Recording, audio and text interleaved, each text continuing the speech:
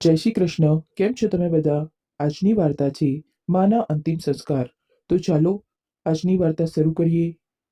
વિદેશમાં રહેતો દીકરો જ્યારે અંતિમ સંસ્કારમાં પહોંચ્યો અને તેણે તેની માના હાથ પર ઈજાના નિશાન જોયા તો તે આશ્ચર્યચકિત થઈ ગયો અને નોકર સાથે વાત કરતા નોકરે જે કહ્યું તે સાંભળીને તે સ્તબ્ધ થઈ ગયો. કારણ કે સુહાના વિદેશથી પાછી આવી કે તરત જ તેના ભાઈઓ માના મૃતદેહને સ્મશાન ગૃહ લઈ જઈ રહ્યા હતા. તેથી તે સીધી સ્મશાન ગૃહ પહોંચી ગઈ. ત્યાં પહોંચીને તે તેની માને જોઈને ધ્રુસકે ધ્રુસકે રડી પડી. તે તેની માને જોઈને જોરજોરથી ચીસો પાડી રહી હતી અને તેમને વારંવાર ઉઠાવવાનો પ્રયાસ કરી રહી હતી. તે આટલું મોટું દુઃખ સહન કરી શકતી ન હતી. તે માના મૃતદેહને પકડીને ધ્રુસકે ધ્રુસકે રડી રહી હતી. ત્યારે જ તેની નજર તેની માના હાથ પર પડી, જેના પર શાહીના નિશાન હતા. તેની માના હાથ પર તે નિશાન જોઈને સુહાના આશ્ચર્યચકિત થઈ ગઈ અને જોરથી બૂમ પાડી કે કોઈ મારી માના મૃતદેહને હાથ નહીં અડાડે. ખબરદાર, જો કોઈએ મારી માને સળગાવવાનો પ્રયાસ કર્યો તો. આટલું કહીને તેણે તેના ભાઈઓના હાથમાંથી મશાલ દૂર ફેંકી દીધી અને મૃતદેહને સળગવાથી અટકાવ્યો. ભાઈઓ સમજી ગયા કે તે આવું કેમ કરી રહી છે. તેઓ ઝડપથી ચિતાને અગ્નિ આપવાનો પ્રયાસ કરવા લાગ્યા અને કહેવા લાગ્યા, માના મૃત્યુના ગમમાં કદાચ તેનું માનસિક સંતુલન બગડી ગયું છે. આમ કહીને તેઓ તેની માની ચિતા તરફ આગળ વધ્યા તો સુહાના તેની માની ચિતા પાસે જ ઊભી રહી અને બોલી, જો કોઈએ પણ માની ચિતાને સળગાવવાનો પ્રયાસ કર્યો તો હું મા સાથે જીવતી સળગી જઈશ. કોઈ મારી માની ચિતાને હાથ નહીં અડાડે. આ કહેતા જ સુહાનાએ તરત જ પોલીસને ફોન કરી દીધો. આ બધું વિચારતા વિચારતા સુહાના તેના બાળપણના દિવસોને યાદ કરવા લાગી.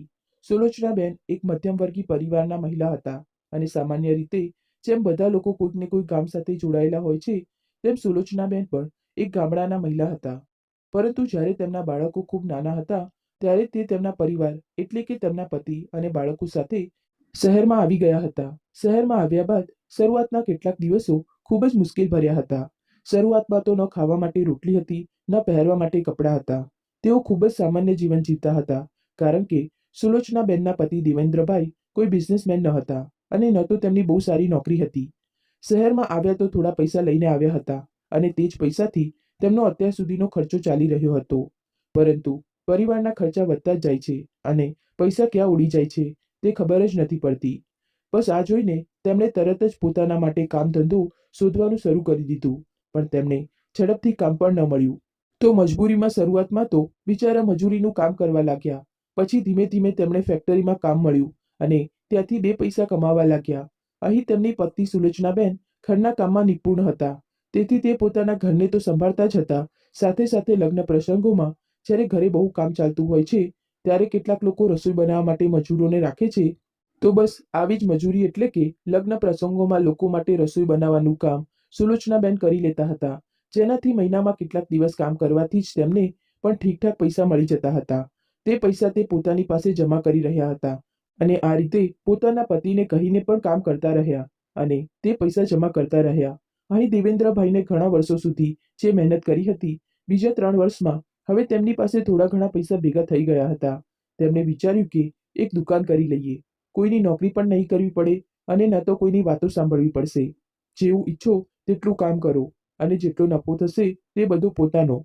હવે તેમણે ત્યાં જ માર્કેટમાં એક દુકાનની વાત કરી લીધી અને તે દુકાન પર તેમણે વિચાર્યું કે તે થોડો ઘણો ખાવા પીવાનો ફાસ્ટફૂડનો સામાન રાખશે, સાથે દુકાનના અંદર જનરલ સ્ટોરનો એટલે કે કરિયાણાનો બધો સામાન ભરી લેશે, જેથી કરીને કોઈ પણ સંજોગોમાં તેમના ખર્ચા ચાલતા રહે. હવે આ બધું વિચારીને તેમણે દુકાન લેવાનું વિચાર્યું. પણ તેમને ખબર પડી કે તેમની પાસે થોડા પૈસા ઓછા પડી રહ્યા હતા. લગભગ 60,000 થી 70,000 દેવેન્દ્રભાઈ પાસે ઓછા પડી રહ્યા હતા. અને જ્યારે આ વિશે તેમણે પોતાની પત્ની સુલોચનાબેનને કહ્યું તો સુલોચનાબેને પોતાના પતિને સાંત્વના આપતા કહ્યું, અરે બસ આટલી વાત પર તમે આટલા પરેશાન છો. તમે ચિંતા ન કરો, આપણે જેવું વિચાર્યું છે તેવું જ થશે. તમને જે દુકાન જોઈએ છે તે દુકાન તમને મળી જશે. ત્યારે પ્રશ્નાર્થ નજરે પોતાની પત્ની તરફ જોતા દેવેન્દ્રભાઈ બોલ્યા, અરે સુલોચના, થઈ તો જશે પણ કેવી રીતે થશે? આપણી પાસે તો એટલા પૈસા નથી અને જો આપણે પૈસા ન આપી શક્યા તો આપણા પહેલા તે દુકાન કોઈ બીજું લઈ લેશે અને આટલી સારી તકની દુકાનને ભલા કોઈ કેમ છોડશે? તે તો હજુ વધારે કોઈને જાણકારી નથી અને જે પણ અત્યાર સુધી આ દુકાનમાં રહી રહ્યો હતો તેની સાથે મારી થોડી ઓળખાણ થઈ ગઈ હતી, તેથી તેણે મને જણાવી દીધું. નહીતર આજના જમાનામાં ભલા કોઈ કેમ કોઈને જણાવે? બધા પોતાનો મતલબ જુએ છે. ત્યારે સુલોચનાબેને તેમના એ જ પૈસામાંથી પોતાના પતિને પૈસા કાઢીને આપી દીધા, જે તે આટલા સમયથી પોતાના ખાતામાં જમા કરી રહ્યા હતા. અને અત્યાર સુધી તેમની પાસે ઘણા પૈસા ભેગા થઈ ગયા હતા. તો સુલોચનાબેને બેંક જઈને 70,000 લાવીને પોતાના પતિના હાથમાં આપી દીધા. આ લો બાકીની રકમ, અને જઈને તે દુકાન લઈ લો. હવે વાતચીત કર્યા બાદ આખરે દુકાન ખરીદી લીધી, અને દુકાન ખરીદ્યા બાદ તેમણે પોતાના પ્લાન મુજબ તેમાં બધો સામાન ભરી લીધો. કારણ કે દુકાન પર કરિયાણાની હતી, એટલે કે જનરલ સ્ટોર હતો. તો થોડા જ દિવસોમાં દુકાન ઠીકઠાક ચાલવા લાગી, અને સુલોચનાબેન અને તેમના પતિ હવે આ રીતે દુકાન સંભાળવા લાગ્યા. લગભગ આવનારા 2 વર્ષોમાં તેમનો હિસાબ કિતાબ સુધરવા લાગ્યો. બાળકોનો અભ્યાસ પણ તે સારી રીતે કરાવી રહ્યા હતા. અને હવે સૌથી પહેલા દેવેન્દ્રભાઈએ પોતાની પત્ની સુલોચનાબેનનું કામ છોડાવ્યું, અને તેમને કહ્યું કે તેઓ આરામથી ઘરે રહીને બાળકોનું ધ્યાન રાખે. કારણ કે હવે તેમને કામની એટલી કોઈ જરૂર નથી જેટલી બાળકોને તેની માની છે. હવે જ્યારે સુલોચનાબેનના પતિએ કહ્યું, તો તેમણે પણ કામ ધંધો બધું છોડીને પોતાના બાળકો પર ધ્યાન આપ્યું. તેમની આર્થિક સ્થિતિ પણ સુધરી ચૂકી હતી, તો તેમના માટે હવે તેમના બાળકોથી વધારે જરૂરી કંઈ ન હતું. અહીં સમયની સાથે સાથે દેવેન્દ્રભાઈની દુકાન જામી ગઈ, અને તે ઠીકઠાક પૈસા પણ કમાવા લાગ્યા. અને ઈશ્વરની કૃપાથી સમયની સાથે સાથે તેમની દુકાન અને દુકાનદારી વધતી જ રહી. હવે તેમના બાળકો સરકારી શાળામાં ન જતા ખાનગી શાળામાં જવા લાગ્યા, અને તેઓ એક સારી જિંદગી જીવવા લાગ્યા હતા. પરંતુ હજી સુધી ભાડાના મકાનમાં જ રહી રહ્યા હતા. પણ ક્યાં સુધી? જ્યારે ઉપરવાળાનો સાથ હતો તો પરેશાન થવાની કઈ વાત હતી. ધીમે ધીમે પૈસા ભેગા કરવા લાગ્યા, અને 10 થી 12 વર્ષમાં જ્યારે તેમના દીકરાઓ અને તેમની દીકરીનો અભ્યાસ પૂર્ણ થયો, ત્યાં સુધી તેમણે પોતાનું ઘર પણ લઈ લીધું હતું. દીકરી તેના માતા પિતાને ખૂબ પ્રેમ કરતી હતી, અને બંને દીકરા પણ તેમના મમ્મી પપ્પાને પોતાના માથા પર બેસાડીને રાખતા હતા. આખો પરિવાર એક સાથે ખુશી ખુશી રહેતો હતો. બધા લોકો એકબીજાની પરવા અને સન્માન કરતા હતા, એકબીજાને ખૂબ પ્રેમ પણ કરતા હતા. પરંતુ સમય હંમેશા એક સરખો નથી રહેતો. સમયની સાથે સાથે સંબંધો બદલાય છે, અને સંબંધો બદલાવાની સાથે તે સંબંધોમાં પરિવર્તન આવવું પણ સ્વાભાવિક વાત છે. ક્યારેક માણસ લગ્ન પછી બદલાઈ જાય છે, તો ક્યારેક સમય અને સંજોગોની સાથે. ખેર, હાલ તેમના સમય અને સંજોગો બંને ખૂબ જ સારા હતા. બાળકોનો અભ્યાસ પૂરો થયો, અને હવે તેઓ ગ્રેજ્યુએશન કરવા લાગ્યા. દેવેન્દ્રભાઈએ મકાન અને દુકાન બંને પોતાના જ નામે લઈ લીધા હતા. અને જેમ કે તમે સૌ જાણો છો, સમયની સાથે દેવેન્દ્રભાઈની દુકાન ઠીકઠાક ચાલવા લાગી હતી. પોતાના મકાન માટે દેવેન્દ્રભાઈ એક તરફ પૈસા ભેગા કરી રહ્યા હતા, ત્યાં બીજી તરફ તે પોતાની આવકનો સ્ત્રોત વધારવા માટે પણ કંઈક વિચારી રહ્યા હતા. તેમણે બીજી તરફથી પૈસા જમા કરી રાખ્યા હતા, અને થોડા સમય બાદ તેમણે એક બીજી દુકાન પણ ખોલી લીધી હતી. કારણ કે તેમના બાળકો તો અભ્યાસ કરી રહ્યા હતા, અને તે એક દુકાનને સંભાળતા હતા. તેથી તેમણે બંને દુકાનો પર કામ કરવાવાળા છોકરાઓ રાખ્યા હતા, જેથી તે આરામથી દુકાન ચલાવી શકે. હવે એકલા દેવેન્દ્રભાઈ બંને દુકાનોનું કામ સંભાળતા હતા. ક્યારેક કોઈક દુકાન પર બેસી જતા, તો ક્યારેક કોઈક દુકાન પર. બધું કામ તેમણે પોતાના મજૂરોના હાથ પર નહોતું છોડ્યું. કારણ કે બેઈમાની પણ ખૂબ મોટી વસ્તુ છે. બે પૈસા જોઈને ક્યારે માણસના મનમાં લાલચ આવી જાય છે તે ખબર નથી પડતી. તેથી તેમણે પોતાની દુકાનોનું બધું લેવડ દેવડ અને સામાનની દેખરેખ પોતે જ કરી. દુકાન પર કામવાળા છોકરાઓને પોતાના બાળકોની જેમ માનીને તેમને ખૂબ પ્રેમથી રાખ્યા, અને બીજી તરફ તેમના બાળકો અભ્યાસ કરી રહ્યા હતા. બંને દીકરાઓ બાદ તેમની દીકરી ખૂબ નાની હતી. લોકોના ત્યાં દીકરા થતા હશે માનતાથી, પરંતુ અહીં તો દેવેન્દ્રભાઈની દીકરી સુહાના ખૂબ મહેનતો બાદ થઈ હતી, અને તેથી તે ઘરમાં સૌથી નાની અને ખૂબ તોફાની પણ હતી. તેથી પરિવારના બધા સભ્યો તેને ખૂબ પ્રેમ કરતા હતા. લાડ પ્યારથી ઉછરેલી સુહાના તેના માતા પિતાની શાન અને તેના ભાઈઓની જાન હતી. બધા ખૂબ પ્રેમ કરતા હતા. સમય વીતવાની સાથે અહીં તેમના દીકરાઓનું ગ્રેજ્યુએશન પણ પૂર્ણ થઈ ગયું. અહીં દીકરાઓના ગ્રેજ્યુએશન બાદ તેમના દીકરાઓએ તે શું કામ કરવા માંગે છે, તેમણે પોતાના દીકરાને બેસાડીને તેમની સાથે વાત કરી, અને જાણવા માંગ્યું કે તેમના બાળકો આખરે શું કરવા માંગે છે. તે પોતાના અભ્યાસ મુજબ કોઈ નોકરી શોધવા માંગે છે, કે પછી પોતાના પપ્પાનું જ કામ સંભાળવા માંગે છે. તો તે સમયે તે લોકોએ કહ્યું કે પપ્પા, તમને જે ઠીક લાગે અમે તે કરવા માટે તૈયાર છીએ. પણ અભ્યાસ હોય કે તેમનું પહેરવું ઓઢવું હોય, કોઈ વસ્તુમાં દખલગીરી નહોતી કરી. જે તેમનું મન કરતું તેવું જ કરતા હતા. તો તેથી તેમણે તેમના જીવનનો એક મહત્વપૂર્ણ નિર્ણય, એટલે કે પોતાનું ભવિષ્ય બનાવવાનો નિર્ણય લેવા માટે પણ જાતે જ કહ્યું કે તે શું કરવા માંગે છે તે પોતે નક્કી કરે. જો તે નોકરી કરવા ઈચ્છે તો પણ કરી શકે છે, અને જો તેઓ પોતાના માતા પિતા સાથે દુકાન પર બેસવા ઈચ્છે, તેમની આસપાસ રહીને તેમનું ધ્યાન રાખવા ઈચ્છે, તો તે પણ કરી શકે છે. તેમનું સારું એવું કામ ધંધો હતો. તેમને ભલા નોકરીની શું જરૂર હતી. હવે દીકરાએ જ કંઈક નક્કી કર્યું અને કહ્યું કે પપ્પા, અમે નોકરી શોધી લઈશું. જ્યારે અમે આટલો અભ્યાસ કર્યો છે, તો એકવાર પોતાની ફિલ્ડથી સંબંધિત કામ કરવામાં શું ખરાબી છે. દર વખતની જેમ જ દેવેન્દ્રભાઈએ આ વખતે પણ પોતાના બાળકોનો સાથ આપ્યો અને કહ્યું, બેટા, જેવું તું ઈચ્છે છે તેવું કર. તારા પર કોઈ દબાણ નથી. આ તારા જીવનના નિર્ણયો છે, તો તું જાતે જ કર. તેથી તેમણે પોતાના બાળકો પર દબાણ ન નાખ્યું અને તેમના દીકરાઓ પોતાના અભ્યાસ મુજબ નોકરી શોધવા લાગ્યા. જ્યારે થોડા સમય સુધી તેમને નોકરી ન મળી તો તેમણે નક્કી કર્યું કે તેઓ પોતાના પપ્પાની દુકાન પર બેસી જશે. કમસે કમ કંઈક કામ તો થશે જ. પછી સૌથી મોટી વાત તો એ હતી કે જ્યારે તેમનો પોતાનો ધંધો હતો તો નોકરી કરવાની શું જરૂર હતી? પોતાની દુકાન પર પોતે માલિક બનીને બેસી રહેતા અને ત્યાં કોઈ પણ ઓફિસમાં ભલે ગમે તેટલી મોટી નોકરી કરતા પણ રહેતા તો નોકર જ અને બોસની વાતો પણ સાંભળવી પડતી. પરંતુ અહીં આવું કંઈ ન હતું. પોતાની દુકાન પર પોતાની મરજીના માલિક હતા. થોડા સમય સુધી આવી રીતે કામ કર્યું.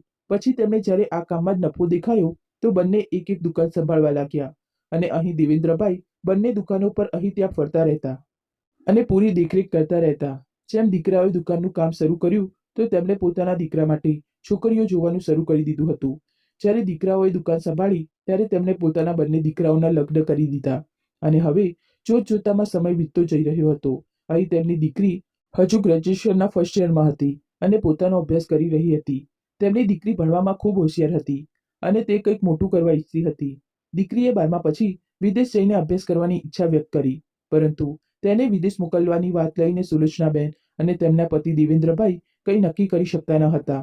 બાળકો સાથે બેસીને તેમને સ્પષ્ટ વાત કરી તો સમજાયું કે પૈસાના ખર્ચાના કારણે તે પોતાની દીકરીને ત્યાં મોકલવા નહોતા ઈચ્છતા, કારણ કે સમયની સાથે સાથે ખર્ચા પણ વધી રહ્યા હતા.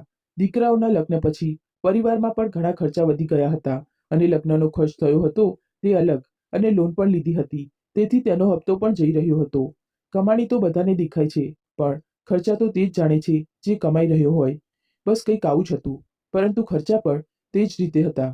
તેથી તેમણે પોતાની દીકરીને વિદેશ મોકલતા પહેલા ખૂબ વિચારવું પડ્યું હતું.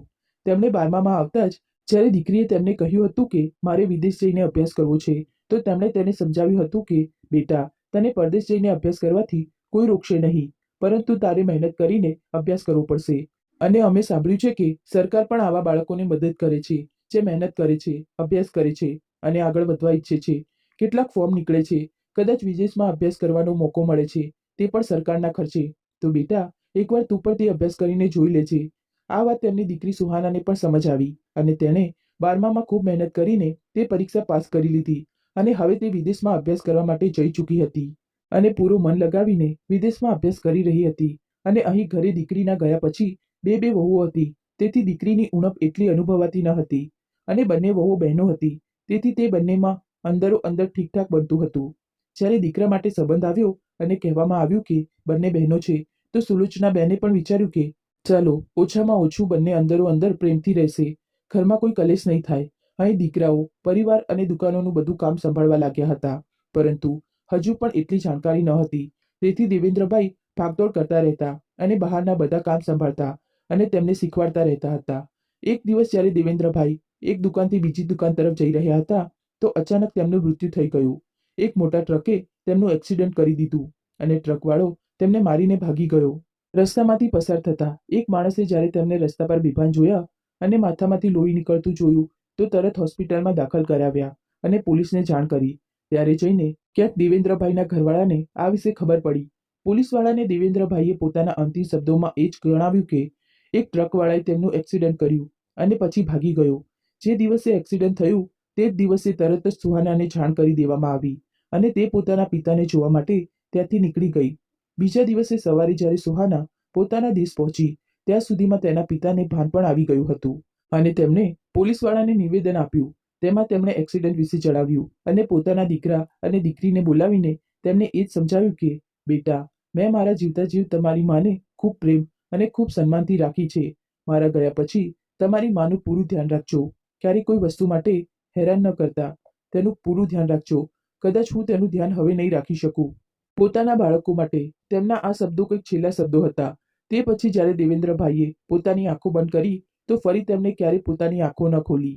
પોતાના પતિના જવાનો આઘાત સુલોચનાબેન માટે ખૂબ ઊંડો હતો, જેના સહારે તેમણે જીવનના દરેક સુખ દુઃખને હસતા હસતા પાર કરી લીધું હતું. આજે તે જ જીવનસાથી તેમનો સાથ છોડીને જઈ ચૂક્યા હતા. ખૂબ મુશ્કેલીથી તેમણે પોતાને સંભાળ્યા અને પછી જ્યારે કોઈ માણસ આપણને છોડીને જતો રહે તો તે પછી પણ જિંદગી તો જીવવી જ પડે છે. જિંદગી ખતમ નથી થઈ જતી, બસ જતા રહ્યા હતા. પણ તેમના બાળકોને પોતાના કર્તવ્યો નિભાવવાના હતા અને પોતાની જિંદગી જીવવા સાથે બધાએ સત્યનો સ્વીકાર કરી લીધો. દીકરી ફરીથી વિદેશ પોતાનો અભ્યાસ કરવા જતી રહી. હકીકતમાં સુહાનાને શરૂઆતથી ડોક્ટર બનવાનો ખૂબ શોખ હતો અને આના જ અભ્યાસ માટે તે વિદેશ ગઈ હતી. દીકરાઓએ દુકાન સારી રીતે સંભાળી લીધી હતી. તેઓ પોતાના વિસ્તારમાં એક સારા એવા આદરણીય માણસ હતા, જેમની વાતનું ખૂબ માન અને સન્માન રાખવામાં આવતું હતું. જ્યારે દેવેન્દ્રભાઈનું મૃત્યુ થયું તેના કેટલાક મહિના પછી જ સુલોચનાબેનના ઘરમાં એક પત્ર આવ્યો અને પછી થોડા સમય બાદ નાની વહુને પણ એક દીકરી થતા પરિવારમાં ખુશીનો માહોલ હતો. હવે બાળકોના સહારે તેઓ પોતાનું દુઃખ ભૂલવાનો પ્રયાસ કરતા હતા. જ્યારે બાળકો સાથે રહીને તો બિલકુલ ટેન્શન ફ્રી રહેતા હતા, કોઈ ચિંતા નહોતી રહેતી. સુલોચનાબેન પોતાના પૌત્ર પૌત્રી સાથે મળીને આ બધું ભૂલવાનો પ્રયાસ કરી રહ્યા હતા અને અહીં તેમની વહુ અને દીકરા જે હવે બધી જવાબદારી સંભાળી રહ્યા હતા, હવે બધા કામ તો કરી રહ્યા હતા. તેમના દીકરા અને વહુ સાથે બધા પૈસા પણ તેમના હાથમાં હતા. જ્યાં સુધી દેવેન્દ્રભાઈ જીવતા હતા ત્યાં સુધી સુલોચનાબેનને એક પૈસો માંગવાની જરૂર નહોતી પડતી. કેટલાક પૈસા આપી દેતા હતા. દરેક માણસની પોતાની કેટલીક જરૂરિયાતો હોય છે, જેના માટે તેને પૈસાની જરૂર હોય છે. પરંતુ જ્યારે પોતાના દીકરાને આ કહી દીધું, બેટા, તારા પિતાજી તો મને મારા ખર્ચા માટે દર મહિને કેટલાક પૈસા આપી દેતા હતા. હું અને તારા પિતાજી એક અનાથ આશ્રમ સાથે જોડાયેલા હતા, તો તે દર મહિને મને 5,000 આપતા હતા, જેમાંથી હું મારા માટે 2,000 અને 3,000નો થોડોક ઘણો ખાવા પીવાનો સામાન તે બાળકોને આપતી હતી. તો આનાથી પણ બાળકો ખૂબ ખુશ રહેતા હતા. તો હું ઈચ્છું છું કે તું પણ પોતાના પિતાની જેમ આવું જ કર.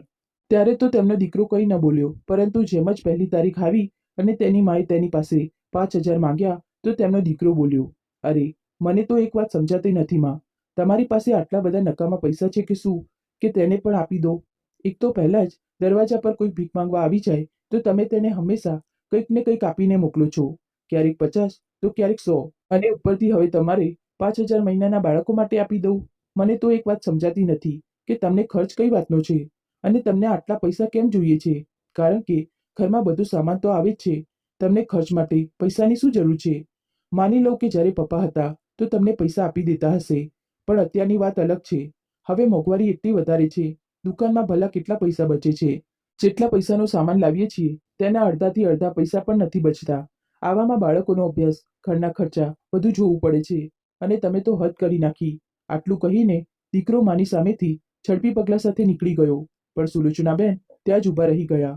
તે વિચારવા લાગ્યા કે આખરે મેં તેને એવું પણ શું કહી દીધું જે તે આટલું બબડીને જતો રહ્યો. બીજા દિવસે સવાર થઈ તો વહુએ કહ્યું, સાંભળો છો, મારે 10,000 જોઈએ છે. મારે મારી બહેનો સાથે શોપિંગ કરવા જવું છે. તો તેણે તરત જ ફોનથી વહુને પૈસા ટ્રાન્સફર કરી દીધા. આ જોઈને સુલોચનાબેનને ખૂબ ગુસ્સો આવ્યો, પરંતુ તે શું કરી શકતા હતા. મનમાં આવ્યું કે પોતાના દીકરાને સંભળાવી દે, પરંતુ ગુસ્સામાં કંઈ પણ કહેવું એટલે વાતને વધારવી હતી. તેમણે શાંત મનથી કામ લીધું અને શાંત થઈને પોતાના દીકરાને કહ્યું, બેટા, વહુને શોપિંગ કરવા માટે તારી પાસે 10,000 છે, પણ તે ગરીબ બાળકોને આપવા માટે તારી પાસે 5,000 નથી. અને જ્યાં સુધી વાત રહી શોપિંગની, તો આ બંને ગયા મહિને જ કેટલી બધી શોપિંગ કરીને આવ્યા હતા. હવે ફરીથી આ મહિને આટલી બધી શોપિંગ શું કરશે આટલા કપડાનું? આ વાતથી દીકરા અને વહુઓ બંનેને ખૂબ ખરાબ લાગ્યું અને કહેવા લાગ્યા, માં, તમે તમારા કામથી કામ રાખો. દરેક વખતે વહુ દીકરાઓની વચ્ચે બોલવું જરૂરી નથી હોતું જેટલું તમે બોલો છો. હદ હોય છે કોઈ પણ વસ્તુની. હવે અમે અમારી પત્નીઓને કંઈ આપીશું તો તમને પૂછીને આપીશું શું? અને પછી તમારી ઉંમર અને તેમની ઉંમરમાં કોઈ ફરક નથી? આ ઉંમરમાં શોખ પૂરા નહીં કરે તો ક્યારે કરશે? આના પર સુલોચનાબેને પોતાના દીકરાઓને કહ્યું, શોખ અને જરૂરિયાતમાં ખૂબ ફરક હોય છે. હું તમારી પાસે જે પૈસા માંગી રહી હતી તે કોઈની જરૂરિયાત માટે હતા, અને તમે જે પૈસા ઉડાવી રહ્યા છો તે ખોટા શોખ માટે છે. સુલોચનાબેન જે એક સ્વાભિમાની મહિલા હતા, જેમના પતિએ અત્યાર સુધી તેમના માટે આટલું બધું કર્યું હતું, તે કોઈનું સાંભળવા તૈયાર ન હતા, અને તે પણ ત્યારે જ્યારે તે ખોટા ન હતા. તે દિવસે દીકરાઓ ચૂપચાપ દુકાન જતા રહ્યા અને વહુઓ પણ પોતાની સાસુ પર કટાક્ષ કરવા લાગી. હવે નાની નાની વાતો લઈને તે લોકો પોતાની મા સાથે બહેસ કરવા લાગ્યા. સુલોચનાબેને પોતાના દીકરાઓને કહ્યું, બેટા, આ વખતે મને થોડા પૈસા આપી દેજો. દિવાળી પર ગરીબોને મીઠાઈઓ વહેંચવી છે. આનાથી ઘરમાં સુખ સમૃદ્ધિ આવે છે અને ગરીબોની દુઆઓ પણ મળતી રહેશે, તો આપણા માટે જ સારું છે. તરત જ દીકરાઓએ પોતાની માને સંભળાવી દીધું, હદ થઈ ગઈ માં, તમે શું એટલા લખપતિ છો જે દરેક જગ્યાએ પૈસા ઉડાવવા માંગો છો? ગયા મહિને ગરીબોને 5,000 આપવા પાછળ તમે આટલી બહેસ કરી, અને હવે ગરીબોને મીઠાઈઓ વહેંચવી છે. અરે, અડધા કિલોનો ડબ્બો પણ 400નો આવે છે. હવે જો તમે 100 ગરીબોને પણ મીઠાઈઓ વહેંચી તો બસ થઈ ગયું અમારું. તો અમારા બસની વાત નથી આટલા શ્રીમંત બનાવવાનું દેખાડવું. અને પછી તે ગરીબો પાસેથી આપણને શું મળવાનું છે?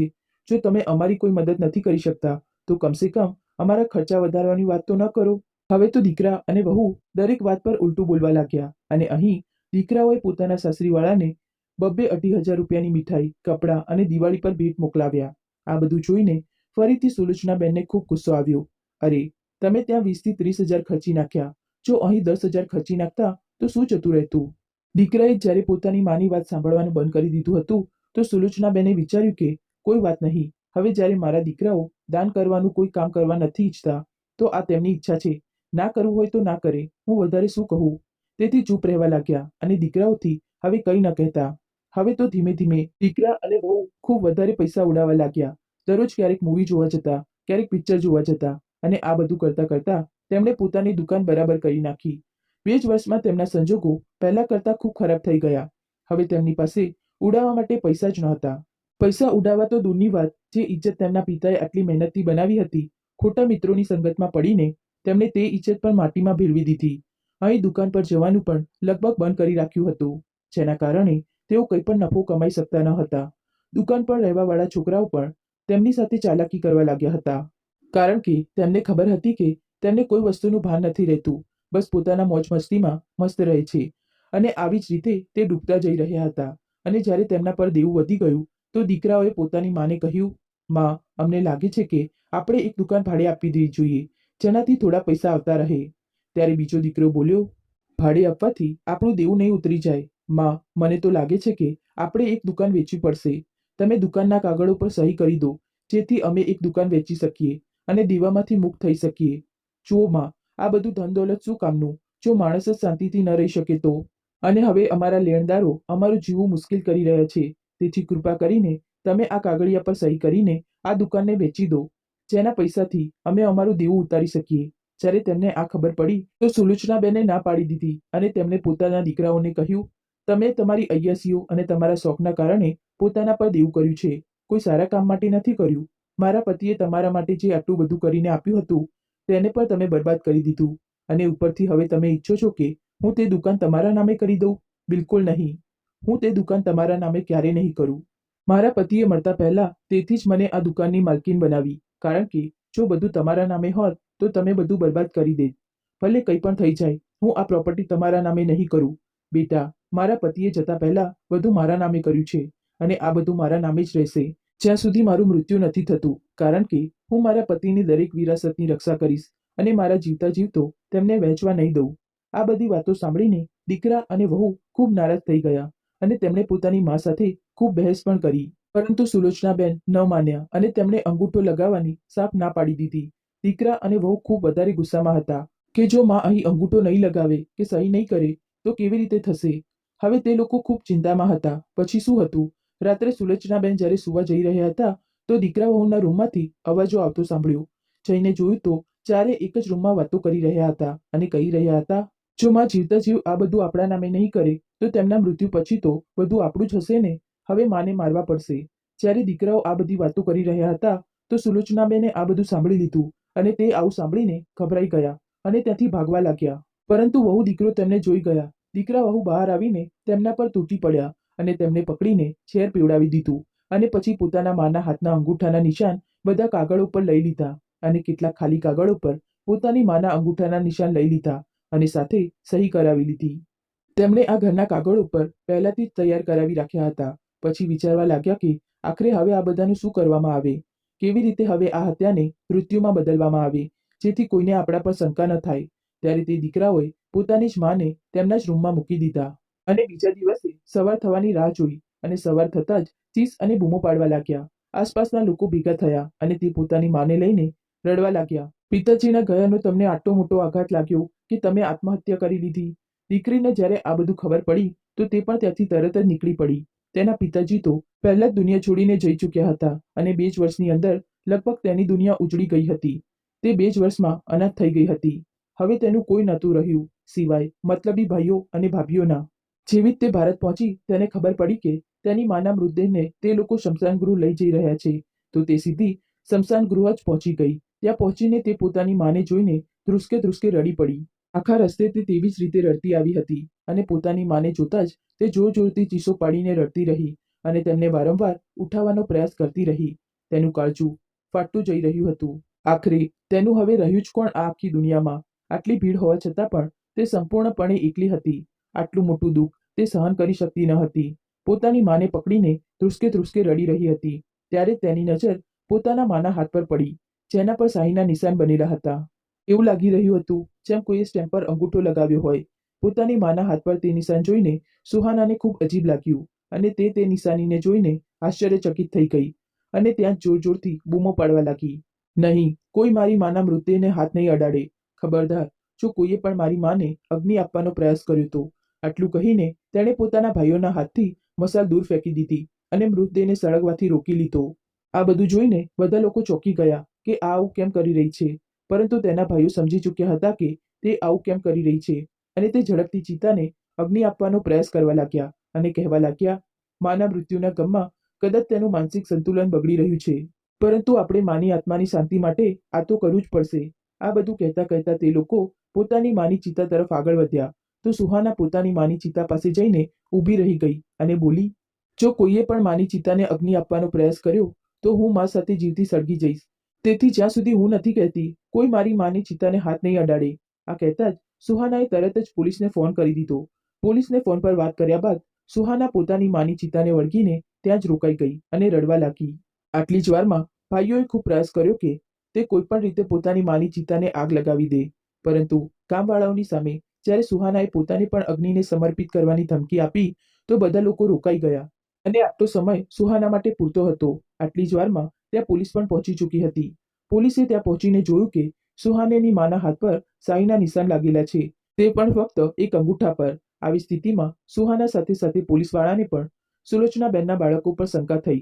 હવે તેમણે બધાને પોતાની કસ્ટડીમાં લીધા અને પોસ્ટમોર્ટમ માટે મોકલી દીધા. જેમ જ પોસ્ટમોર્ટમનો રિપોર્ટ આવ્યો તો ખબર પડી કે તેમનું મૃત્યુ તો ઝેર ખાવાથી થયું છે, પરંતુ મૃત્યુ પહેલા તેમની ખૂબ મારામારી પણ થઈ હતી. કદાચ ખરેખર આ આત્મહત્યા નથી, પરંતુ હત્યા છે, કારણ કે મરતા પહેલા તેમની સાથે મારપીટ કરવામાં આવી છે. તેમના માથા પર પણ ઈજાના નિશાન મળ્યા અને હાથ પગ પર પણ. બસ, પોસ્ટમોર્ટમ રિપોર્ટમાં આટલું સાબિત થયા બાદ તે લોકો ખૂબ ગભરાઈ ગયા. અહીં સુહાના પોતાની માને ન્યાય અપાવવા માટે સંપૂર્ણપણે તૈયાર હતી અને અહીં તેના ભાઈ અને તેની ભાભીના હાથ પગ ફૂલી રહ્યા હતા. તેમને એવું લાગી રહ્યું હતું કે દિવસે ને દિવસે સુહાના સત્યની વધુ નજીક જઈ રહી છે. આવી સ્થિતિમાં શું કરી શકતા હતા, પરંતુ સુહાના સીધી પોતાના ભાઈ અને ભાભીઓનું નામ નહોતી લઈ શકતી, કારણ કે તેની પાસે કોઈ પુરાવા ન હતા. હવે તે પોતાના ઘરે જ રહેવા લાગી. પાછી વિદેશ નહોતી ગઈ. તેણે પોતાના કોલેજમાંથી 15 થી 20 દિવસની રજાઓ લીધી અને પોતાની માના હત્યારાને શોધવાના ઈરાદાથી તે નીકળી પડી. તે પોતાની માના હત્યારાને જેલમાં પહોંચાડવા માટે પુરાવા શોધી રહી હતી. તેના ચક્કરમાં તે મોટે ભાગે ભાગદોડ કરતી રહેતી હતી. એક દિવસ જ્યારે તે પોલીસ સ્ટેશનથી પાછી ફરી રહી હતી ત્યારે જ તેની નજર તેના જૂના નોકર પર પડી, જે બજારમાં સરસ કપડાં પહેરીને ફરી રહ્યો હતો. તેને અચાનક આટલા સારા પોશાકમાં જોઈને સુહાના વિચારમાં પડી ગઈ. આખરે તેની પાસે આટલા પૈસા ક્યાંથી આવ્યા? પોતાની શંકાને વિશ્વાસમાં બદલવા માટે તેણે પોલીસવાળાને બોલાવ્યા અને બધી વાતો જણાવી.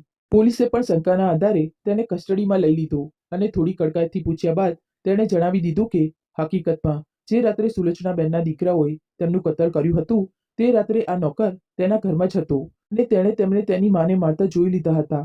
તે પોતાની માને ઝેર પીવડાવી રહ્યા હતા ત્યારે આ નોકરે તેમને જોઈ લીધા હતા. તે લોકોએ તેને પોતાનું મોં બંધ રાખવા માટે ખૂબ બધા પૈસા આપ્યા હતા. પૂરા 50 લાખ આપ્યા હતા આ વાતને રહસ્ય બનાવી રાખવા માટે.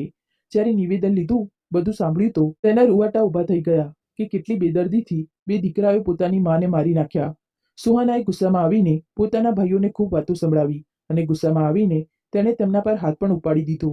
પરંતુ પોલીસવાળાએ સુહાનાને તેમનાથી દૂર કરી અને કહ્યું, મેડમ, તમે નિશ્ચિત રહો, તેમના કર્મોની સજા તો તેમને અમે અપાવીશું. અને આખરે સુહાનાના ભાઈ અને ભાભી બધાને જેલ થઈ ગઈ. જેમણે જેવા કર્મ કર્યા હતા તે તેમના કર્મોની સજા ભોગવી રહ્યા હતા અને આજે જેલમાં કેદ છે. ત્યાં સુહાનાએ બંને દુકાનોને સારી રીતે સંભાળી અને આવી જ રીતે બે ભરોસેમંદ છોકરાઓને દુકાનો પર છોડી દીધા અને વિદેશ રહીને પોતાનો અભ્યાસ ચાલુ રાખ્યો. કારણ કે 1 વર્ષથી પણ ઓછા સમયનો તેનો અભ્યાસ બાકી હતો, તો તે ઝડપથી પોતાનો અભ્યાસ પૂરી કરીને પાછી ફરી અને પોતાના ભત્રીજા અને ભત્રીજીઓને જેણે તેને બોર્ડિંગ સ્કૂલમાં મૂક્યા હતા તેમને બોર્ડિંગ સ્કૂલથી લઈને પોતાના ઘરે પહોંચી. તેણે પોતાના માતા-પિતા અને એક દીકરી હોવાનો ફરજ નિભાવ્યો. તો તમને વાર્તા કેવી લાગી? જો તમને વાર્તા ગમી હોય તો લાઈક, કોમેન્ટ અને શેર કરજો. અને જો તમે નવા હોય તો ચેનલને સબસ્ક્રાઇબ કરજો. તો ચાલો ફરી મળીએ એક નવી વાર્તા સાથે.